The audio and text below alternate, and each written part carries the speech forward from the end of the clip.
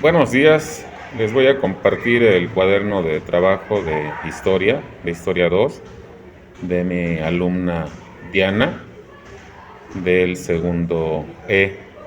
Entonces vamos a ver qué fue lo que hicimos durante el primer trimestre. Esta es la portada alusiva a los contenidos del primer trimestre.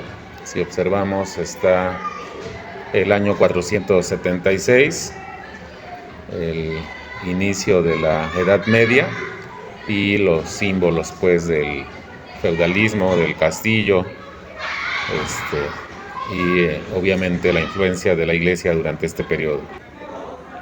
Comenzamos haciendo una descripción de lo que mis alumnos hicieron durante sus vacaciones. Una primera actividad consistió en ver el video de Fren de su cuaderno de trabajo, entonces escribieron una opinión al respecto. Y el mapa mental que se observa son los viajes marítimos que comenzaron a realizarse durante la Edad Media, bajo la creencia de que existían seres que atacaban las embarcaciones. Comenzamos a revisar sobre todo los viajes que se realizaron en el llamado Mar Mediterráneo. Vimos a Cristóbal Colón y entonces se apropiaron del personaje y realizaron una descripción de los últimos días del viaje previo al descubrimiento de América en la persona de Cristóbal Colón. Estudiamos la biografía de este navegante, de Cristóbal Colón, del descubrimiento que realizó de un nuevo continente de manera muy puntual, de manera muy precisa. Con base en información, prácticamente hicimos un recorrido con el descubridor respecto de todo lo que llevó a cabo para realizar este viaje ya con la aprobación de los Reyes Católicos. Aquí finaliza su investigación y dimos paso al inicio de la colonización europea, sobre todo en el repartimiento del continente, de la repartición de territorios a través de las llamadas bulas alejandrinas o papales y el Tratado de Tordesillas. Y aquí miren, representaron al continente americano, ya con la repartición del continente para Francia, Inglaterra, España y Portugal. Y como les decía, aparecen tanto las llamadas bulas alejandrinas como el Tratado de Tordesillas para esta política expansionista europea. Un primer sitio al que llegaron los conquistadores, los colonizadores, fue a las Antillas. Revisamos este apartado, el de la esclavitud de manera específica, el exterminio de los nativos americanos, caribeños, y aquí está el mapa de los primeros territorios que comenzaron a colonizar los europeos, sobre todo los españoles. Uno de los productos agrícolas que comenzaron a explotar fue el de la caña de azúcar a través de la esclavitud. Y aquí está el tema de Occidente, su historia y México. Estudiamos un video de clase, para entender la influencia que ha tenido Europa occidental, en nuestra historia patria. Para iniciar con el tema de la conquista de México, primero estudiamos la fundación de México Tenochtitlan, toda la historia a través de las diferentes fuentes que existen para tal efecto, y revisamos la biografía de Hernán Cortés. Y aquí está el escudo, la señal que esperaban los aztecas, los mexicas, para fundar su civilización. Explicamos la conquista de México en la persona de Hernán Cortés, todo lo que vivieron para la toma de la ciudad, incluida la llamada Noche Triste, para conocer de manera general todo este evento histórico, para llegar al encuentro entre los pueblos, más que conquista, y los factores que comenzaron a intervenir para tal propósito. Representaron la batalla final entre europeos y mexicas, y comenzamos a elaborar un mapa mental conceptual de los indígenas y los españoles, ya aliados para someter a otros pueblos. En estas páginas continúa el esquema de las conquistas que siguieron al de la conquista de México Tenochtitlan, y realizamos un apartado para anotar 10 acciones para ayudar a nuestros pueblos indígenas a salir adelante. Hablábamos del atraso histórico estructural que tienen y propusieron algunas acciones para atender estas necesidades. No podíamos dejar el tema sin la biografía de la Malinche, de Malintzin, una mujer clave en esta conquista, en esta colonización, y aquí está esta mujer mexica, maya, que participó también en los esfuerzos de Hernán Cortés para tomar a los pueblos indígenas. Estudiamos también los diferentes pueblos indígenas, los grupos existentes e históricos, como los zapotecas, los mayas, los totonacas. Comenzamos a estudiar a estos pueblos que todavía prevalecen en nuestra república. Aquí están los lacandones, los nahuas, los huastecos, los otomís.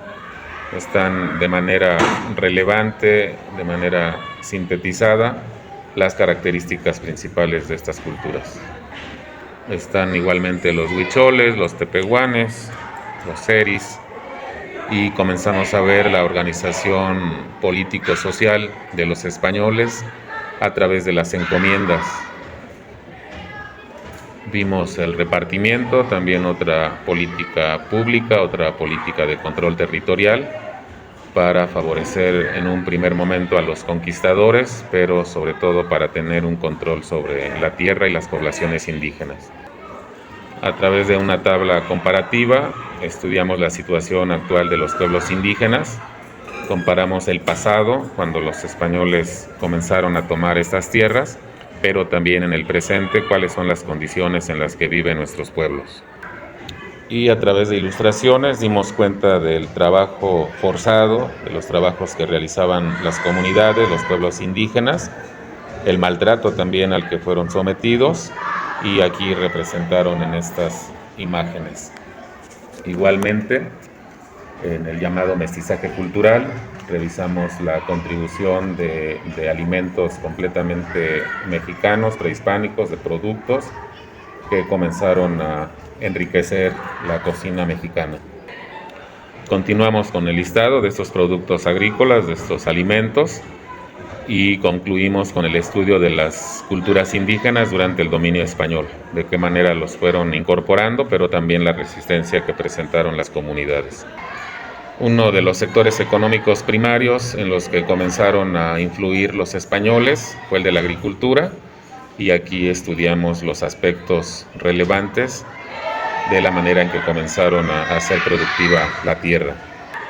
Igualmente, un tema importante fue el de la minería, el de la extracción de oro y de plata, de otros minerales, y aquí realizamos anotaciones al respecto, junto con un mapa, con un esquema de la estructura social, político, administrativa y social del virreinato. Continuamos con el esquema referido y también el sometimiento, la conversión religiosa que llevaron a cabo los europeos frente a los pueblos indígenas. Aquí el maltrato reiterado, la esclavitud al que fueron sometidos o semiesclavitud en algunos casos.